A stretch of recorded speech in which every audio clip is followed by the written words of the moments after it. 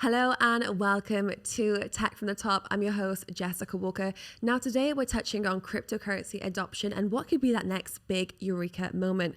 Well, with the World Cup expected to get 5 billion users worldwide, could the big bet on crypto be changing as the World Cup commences? Well, joining me I have Alexandre Dreyfus, founder of Chiliz, who will be talking through fan tokens and the integration with football teams and also how it could shake up the cryptocurrency industry. So Alexandre Dreyfus joins me now. Alex, great to talk to you again. How are you doing? I'm very good, thank you. Happy to be here. I think we've seen each other for the last 4 or 5 years, online and offline, but always happy to be on your podcast or video. What a journey it has been for you as well. I've loved watching the growth and the expansion, how much of a community you guys have built as well. So for people that aren't familiar with Chiliz, a quick elevator pitch. How would you describe the concept? So it's I will before describing the concept, I will talk about what do we solve kind of as a problem. 99% of sports fans are not in the stadium, not in a city, not even in the country of the team they are supporting. And the question we asked ourselves almost 5 years ago was, what can we create that is both valuable for a fan and scalable for a team to make it global? And we invented the concept of fan tokens. Fan tokens are fungible tokens on the Chiliz chain. And these tokens are a way for a fan anywhere in the world to have a voice, to have a power, to be part of that community. And so, long story short, 5 years ago, we started with this idea. We were, I think, 10 people, and we signed 2 teams at that time. Now we are 300 employees all over the world in 9 offices, and we work with 150 sports property all over the world. And let's just talk about the quality of these sports clubs, first of all, because we saw Premier League Manchester City becoming one of the first Premier League clubs to launch a fan token. Who are some of the top shotter, most proud teams that you work with? I don't have a favorite kid because it's not possible, but we work with all of these teams. And yes, we have Manchester City, Arsenal, Paris Saint-Germain, FC Barcelona, which we just invested in the business. We work with NBA teams, NFL teams, with Turkish football teams, with Indonesian football teams, esports, Formula One, UFC, etc. So we more or less work with as many sports property as we can for a network effect reason. The reason I'm saying that is that today and tomorrow, fans are not anymore fans of one team and one sport. They're fans of multiple teams and multiple sports. The relationship between fans and sports team is much more casual, a little bit less exclusive because of social media and globalization. And therefore, you need to have a platform, a consumer-facing platform, where fans can engage with as many teams as they can. So we don't use technology to give Paris Saint-Germain something on their website and it exclusively kind of for their community. No, we are using the technology to take the PSG brand or any others and creating a network where one day there will be thousands of millions of users that will interact with all of these brands. And it's very smart, actually, that if you have in one household, one family member that supports Manchester City and one that supports Manchester United, they're both going to want a piece of the interaction as well. Now, these are huge partnerships. So for people that are watching that are founders, CEOs of companies, and they're looking to kickstart and expand their network, there must be something along the way that made you be able to approach these projects and partnerships.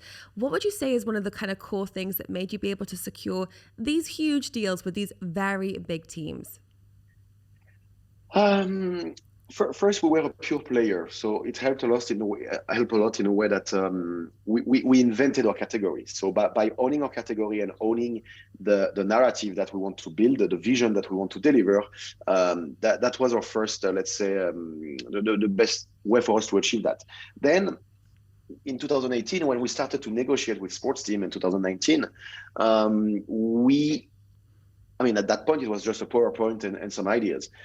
Then the reality is we delivered. We launched a product, we deliver. We have 1.7 million users, and we generated hundreds of millions of dollars of revenue for all of these sports teams. But that's after. Before, I usually say that we've been very lucky to be at the right place at the right time. COVID was actually an accelerator, because COVID emphasized the fact that sports team had to ask themselves, what is our business model when we have nobody in a stadium? And the answer to that is should be the same business model that when you have someone in your stadium, meaning that you have products that are dedicated to the 40, 50,000 people in the stadium, but then you need to focus as well on the 99% of fans that are not in the stadium. And this, they never really spent a lot of resources on this, and especially on a global way. And we came with a solution and a vision, and so we managed to scale it. And for the Ronaldo fans out there, they might be familiar that Ronaldo actually broke the record for 767 career goals in official matches and was one of the first players to be rewarded with digital assets. I'm really curious if you had any feedback from that of his impression or the team's impressions of digital assets, maybe the crypto learning experience along the way. So the Ronaldo thing was for when Ronaldo was at Juventus, and we gave, because we work with Juventus, so we gave away a fan token, and we had a nice picture and everything about Ronaldo getting his trophy, kind of. Was not an NFT per se, but was a unique trophy. We did sign since, and I can talk a little bit more about that, we did sign Leo Messi. Leo Messi is the ambassador of Socios.com, which is the consumer-facing product of the company.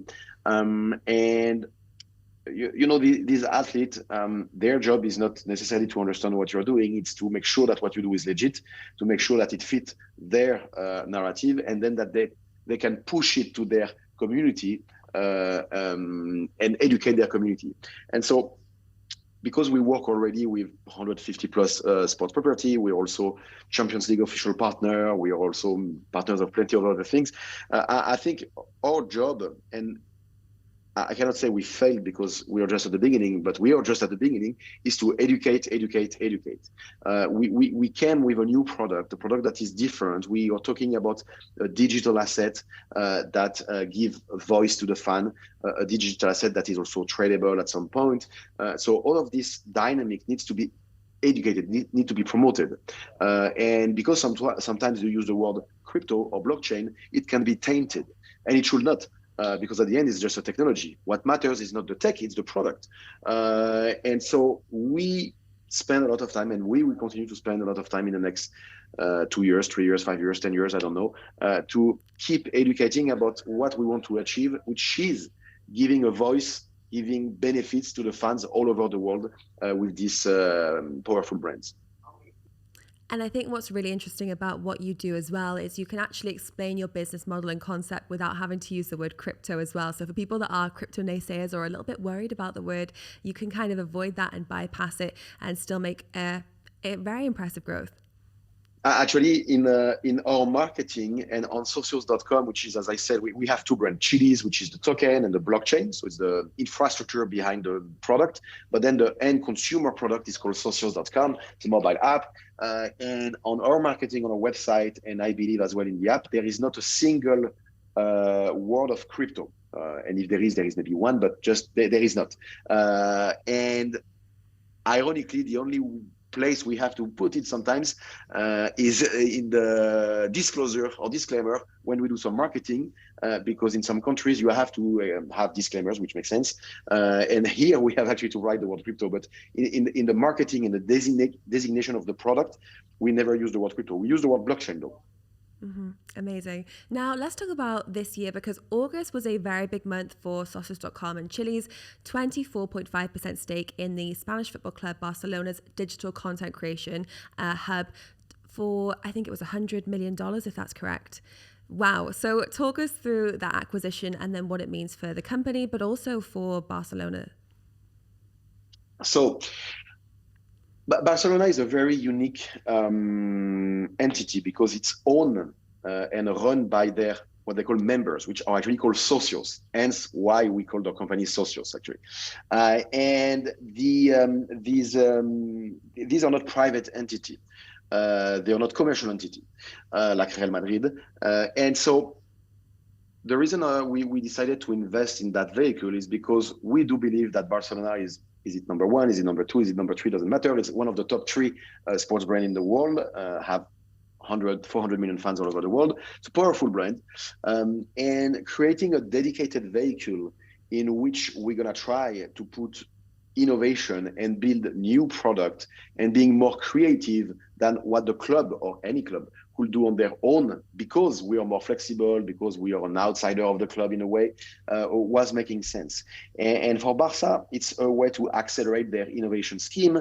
It's a way to accelerate their international branding as well. They don't need new funds, but they need new product to monetize these funds.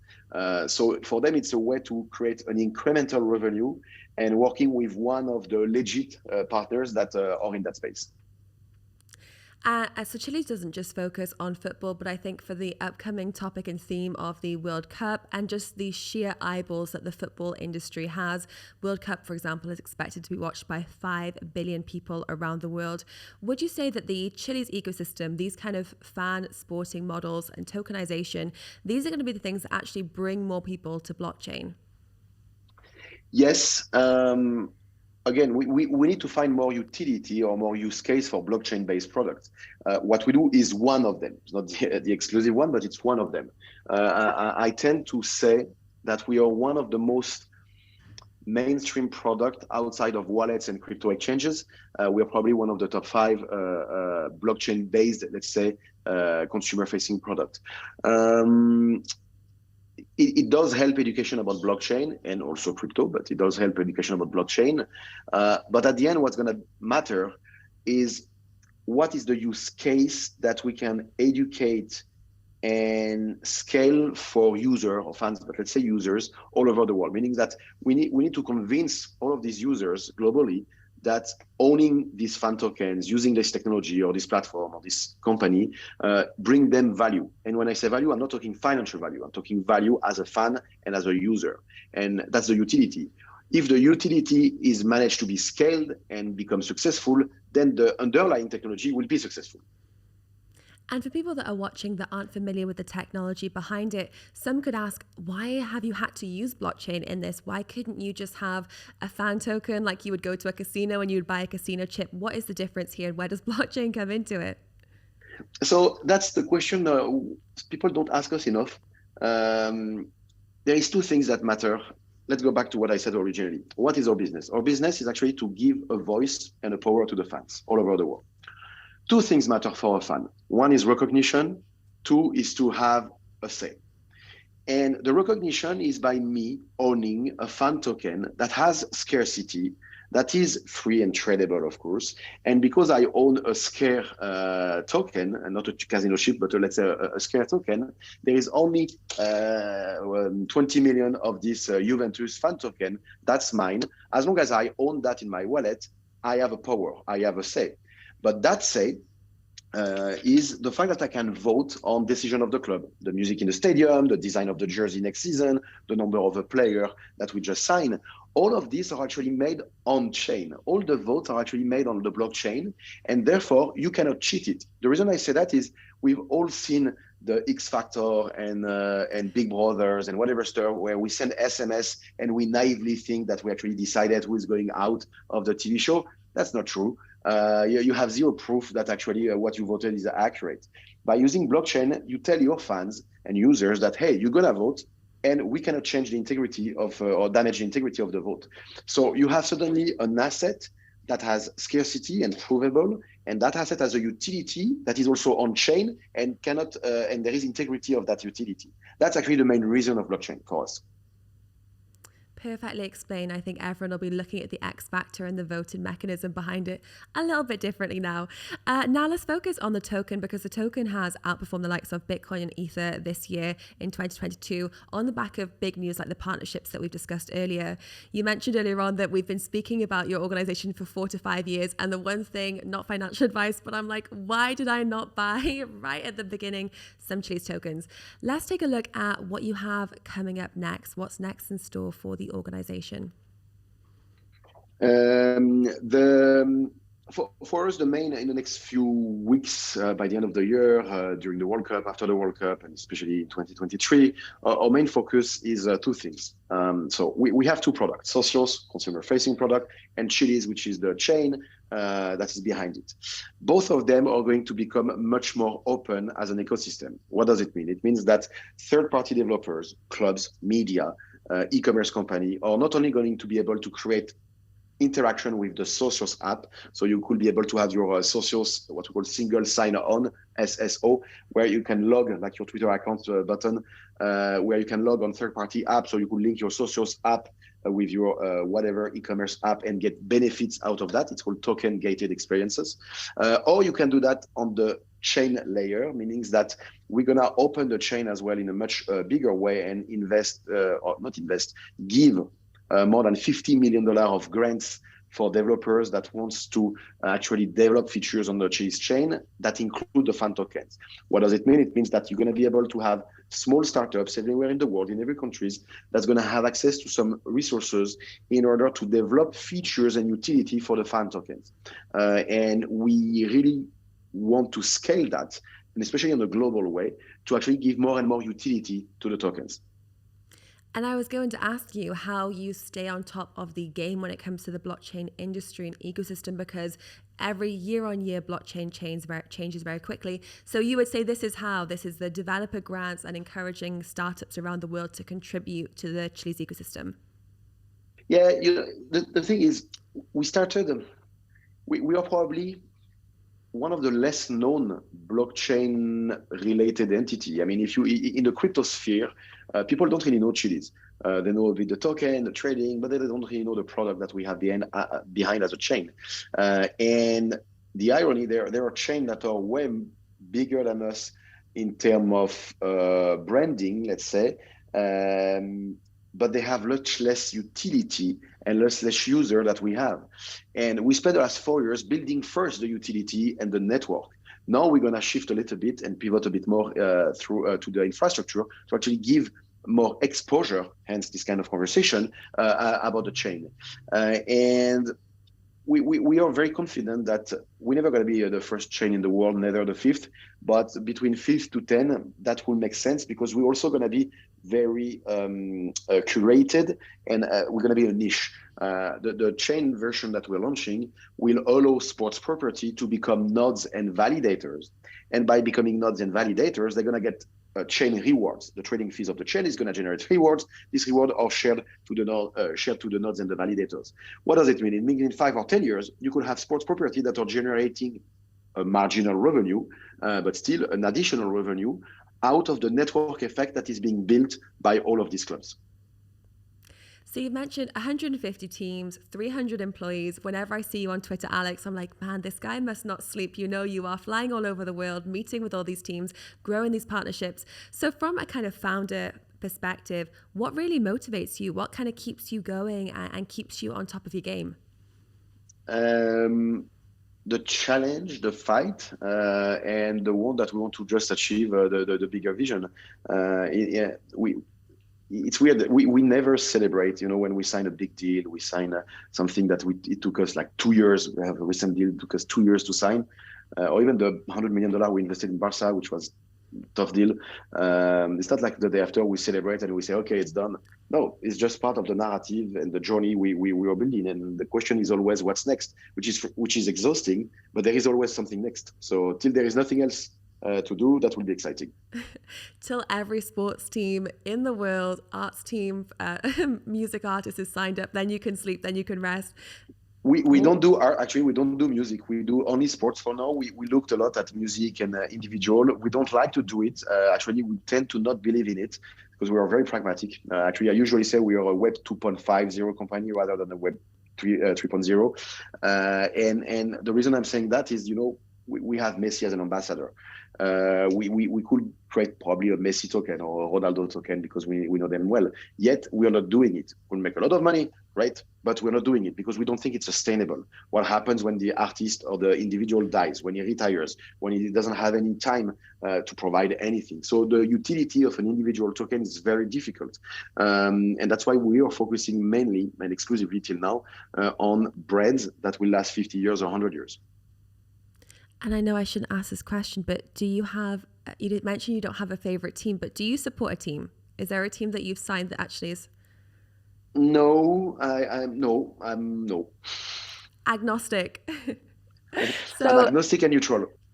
We love that. You need to have that in the industry. But if you do look back in the last 4 years, what has been a favorite milestone for you or a favorite moment? There are so many. Our first US teams, NBA teams, our first NFL teams, which was the Patriots here, which we haven't launched tokens yet in US because in US the regulatory framework is not very friendly. So we are waiting our turn, let's say, and guidance to ensure that we can deliver the full product that we aim at.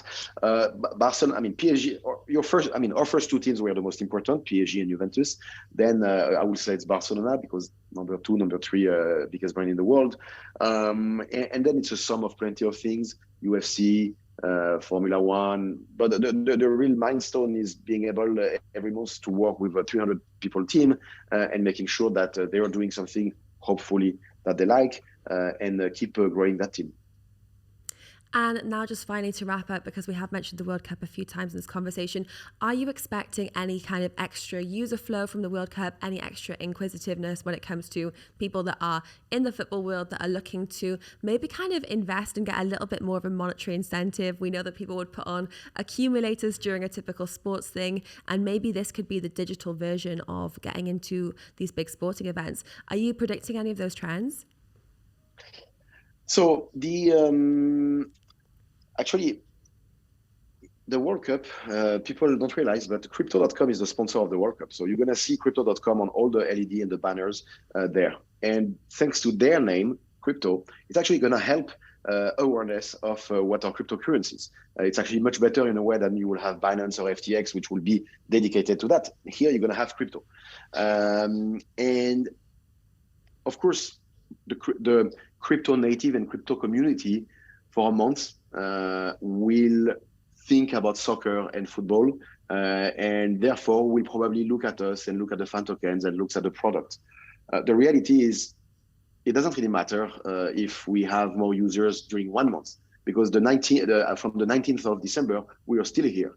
And the question for us is more about what's going to happen after the end of the World Cup than just during the World Cup. The World Cup is an event, but it's not going to change our life. And the World Cup does not exist anymore in 2 months. So we need to focus on what we do with the clubs. We need to focus on what we do with all of these teams that after the 20th of December, the end of the World Cup, they will start to play again. And every week, we're going to talk about it. There we go. You're 2 steps ahead of me, Alex. Thank you so much for your time today. It's always great to catch up, and I'm really looking forward to seeing what comes from Chiliz in the next few months. Congratulations and thank you. Thanks, Jess. Awesome. Thank you guys so much for watching, and don't forget to subscribe to not miss any more content like this. Powered by Fluid, the world's first crypto-friendly bank alternative.